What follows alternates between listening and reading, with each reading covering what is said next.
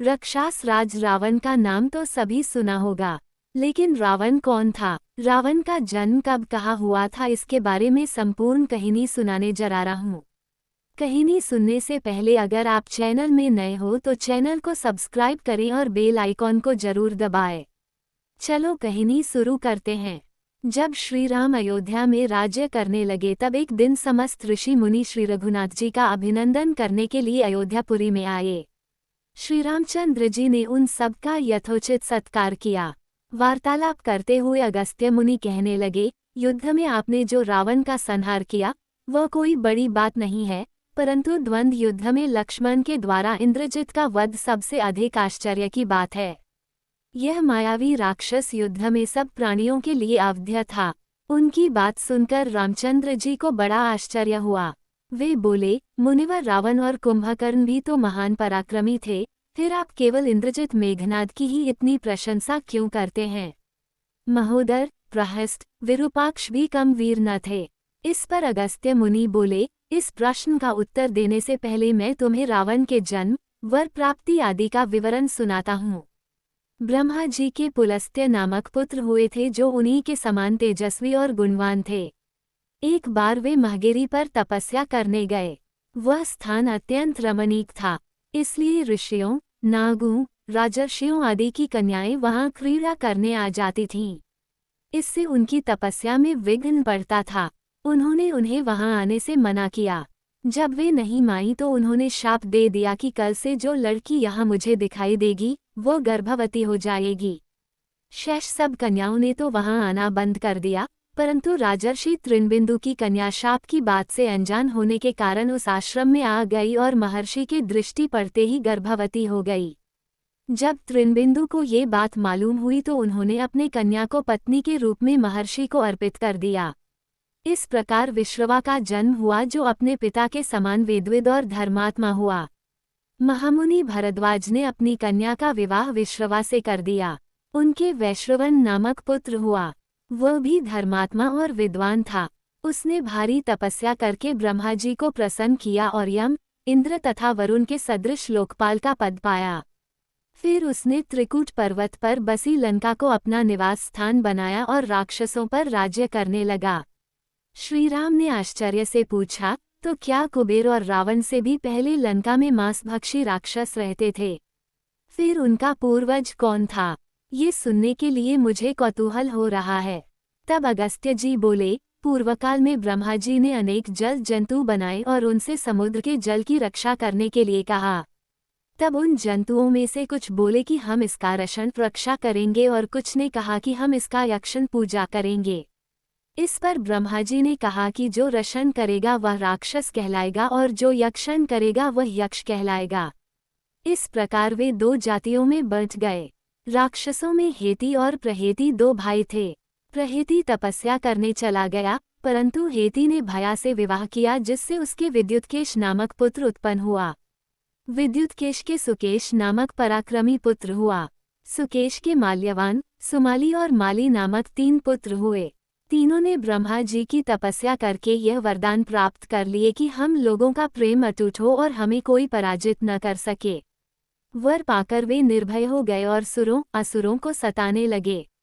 उन्होंने विश्वकर्मा से एक अत्यंत सुंदर नगर बनाने के लिए कहा। इस पर विश्वकर्मा ने उन्हें लंकापुरी का पता बताकर भेज दिया। वहां वे बड़े आनंद के साथ रहने लगे। माल्यवान के वज्रमुष्टि, विरूपाक्ष, दुर्मुख, सुप्ताघ्न, यज्ञकोप, मत और उन्मत नामक 7 पुत्र हुए। सुमाली के प्रहस्त्र, अकंपन, विकट, कालिकामुख, धूम्राक्ष, दंड, सुपार्श्व, सहनादि, प्रधस एवं भारकन नाम के 10 पुत्र हुए। माली के अनल, अनिल, हर और संपाति नामक 4 पुत्र हुए। ये सब बलवान और दुष्ट प्रकृति होने के कारण ऋषि मुनियों को कष्ट दिया करते थे।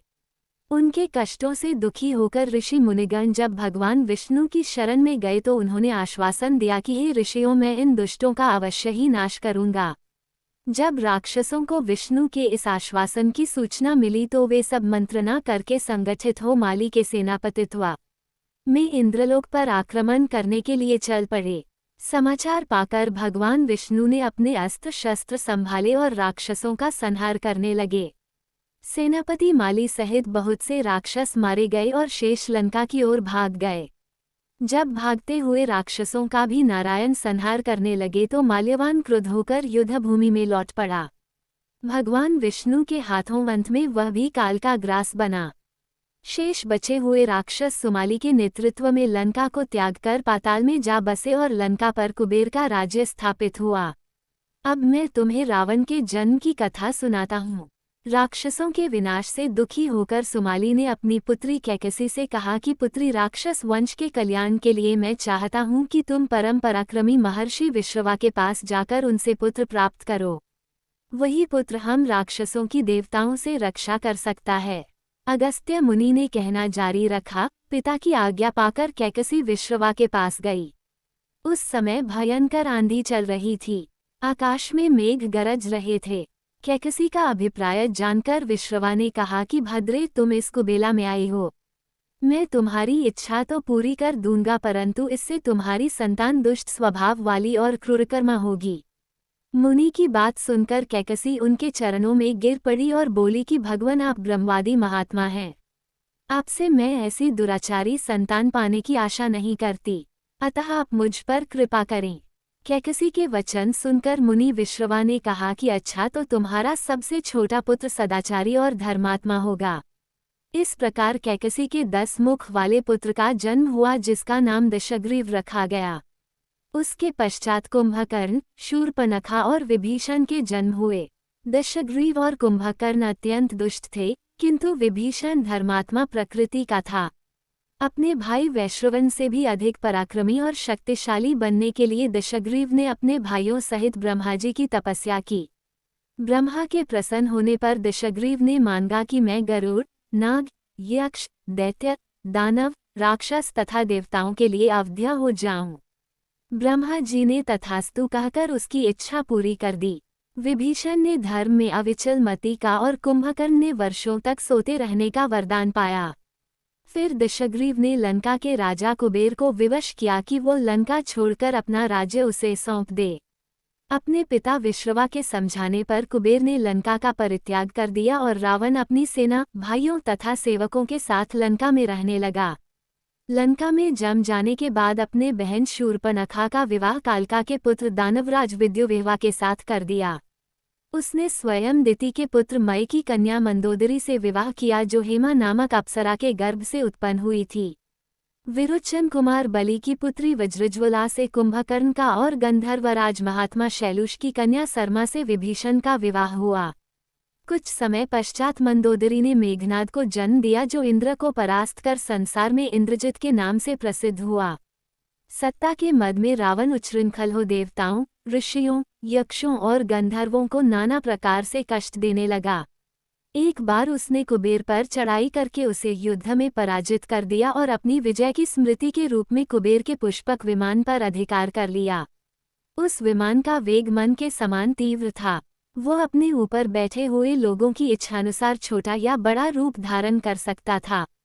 विमान में मणि और सोने की सीढ़ियां बनी हुई थीं और तपाए हुए सोने के आसन बने हुए थे।